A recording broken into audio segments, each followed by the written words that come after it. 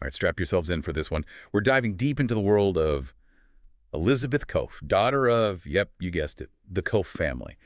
Billionaires with, let's just say, a notable presence in American politics. Now, you might think you have her figured out, but Elizabeth is a puzzle wrapped in a riddle, swimming in a sea of contradictions. Is she a true force for good? Or is this just masterful rebranding of a controversial name? Let's jump in and see if we can tell the visionary from the, well. It really is fascinating the way Elizabeth embraces and rejects her family legacy all at the same time. On the one hand, she acknowledges the wealth and influence she's inherited, but then she creates distance between herself and their political activity. She even calls herself apolitical. That's the million-dollar question, isn't it? Is she being genuine, or is it a strategic move? I mean, her father, Charles, has a net worth of $65 billion, and a big portion of that has gone to advancing libertarian ideals. Plus, her brother, Chase, actively works in the family business, Koch Industries, which just solidifies their ties to conservative politics. Right. So we have to ask, is Elizabeth really forging her own path?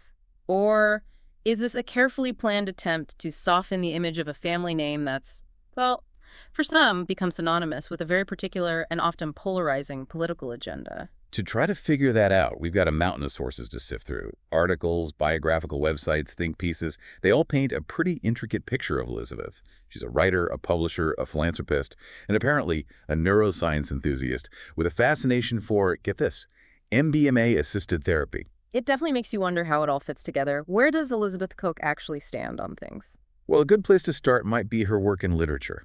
Back in 2015, she started Catapult, a publishing house, with the ambitious goal of releasing 12 books per year. Later on, it merged with Counterpoint Press. And here's where things get interesting.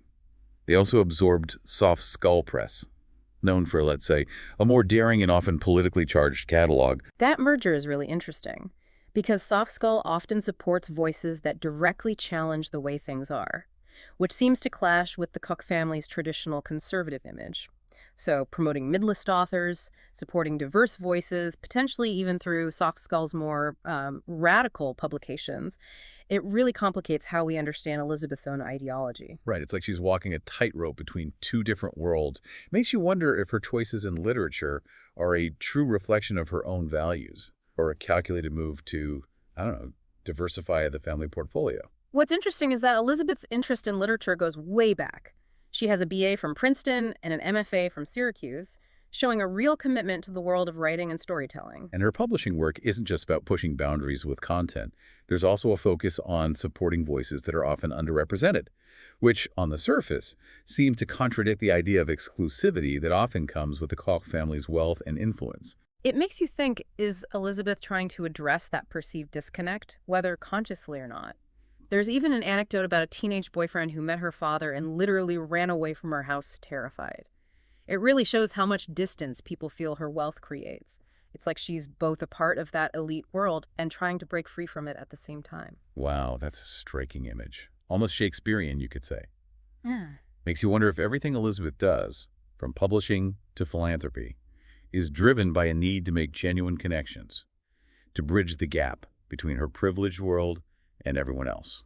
And this brings us to her work outside of literature, specifically her involvement in neuroscience and consciousness exploration. Right. We're talking about her founding Unlikely Collaborators, a firm that focuses on, get this, interactive experiences that encourage self-inquiry. And then there's the Tiny Blue Dot Foundation, a neuroscience nonprofit focused on, you guessed it, consciousness and the self. She's even one of their top 5 donors, showing a real commitment to this field. It's definitely a long way from oil pipelines and political lobbying, wouldn't you say? You got that right.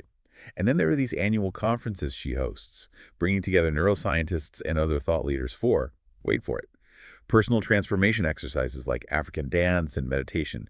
It's this blend of science, spirituality, and self-discovery, all in one very unconventional gathering. Yeah, it suggests she's really interested in pushing the boundaries of traditional thought, exploring alternative ways to understand the human experience. It definitely adds another layer of complexity to the question of who Elizabeth Koch really is. Exactly. And this leads us to probably the most surprising part of Elizabeth's story, her personal experience with MDMA-assisted therapy. This is where things get really interesting. We found this little nugget in Rachel Newer's book, I Feel Love. It explores the growing world of MDMA-assisted therapy.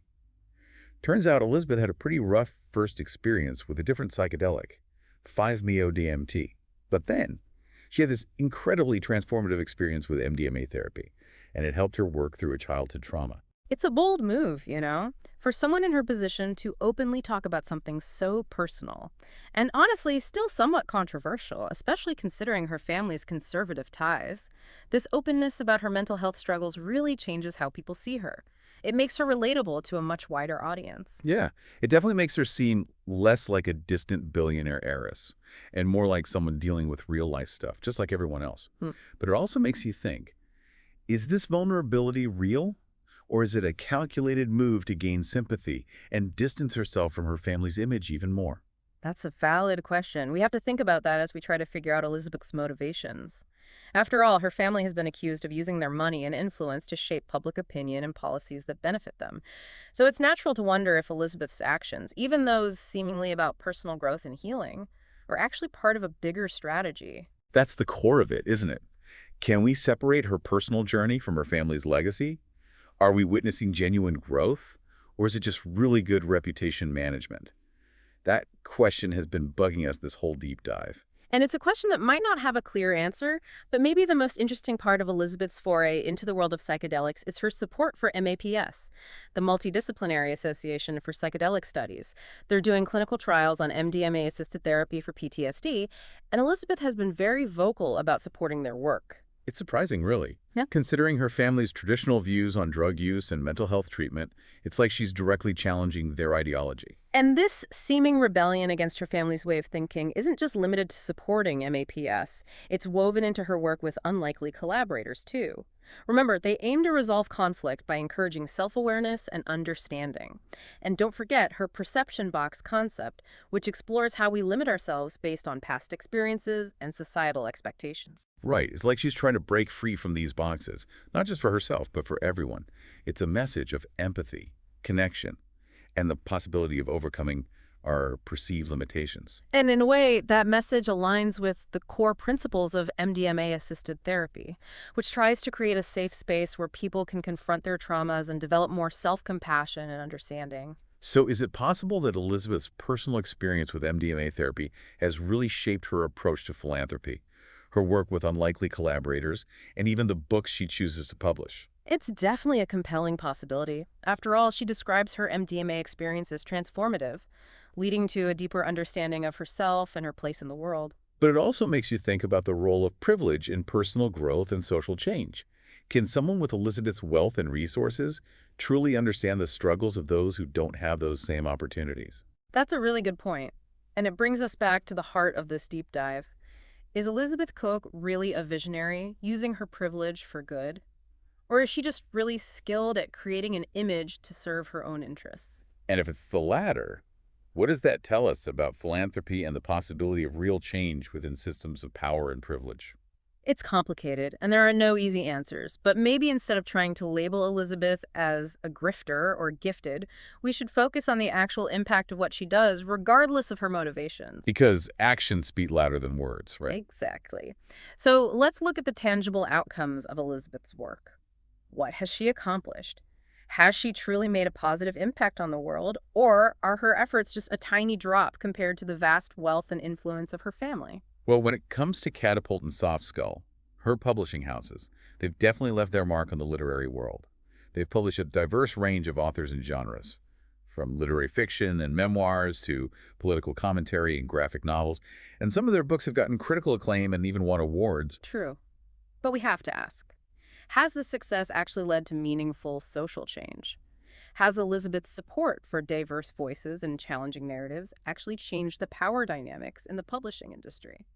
It's tough to say for sure, but some people argue that Elizabeth's publishing ventures, even though they're small compared to the big players, have helped to amplify marginalized perspectives and make the literary landscape more inclusive.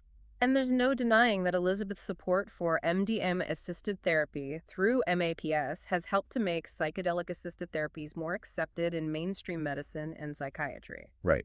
And even if we question her motives, it's hard to argue against the potential benefits of MDMA-assisted therapy for people with PTSD and other trauma-related disorders. But the impact of her work with unlikely collaborators is harder to measure. While their goal of fostering understanding and resolving conflict is great, it's not clear if their interactive experiences have actually created lasting change in the real world. And then there's the Tiny Blue Dot Foundation. Their neuroscience research is definitely fascinating, but it's still early to see any real-world results from their work.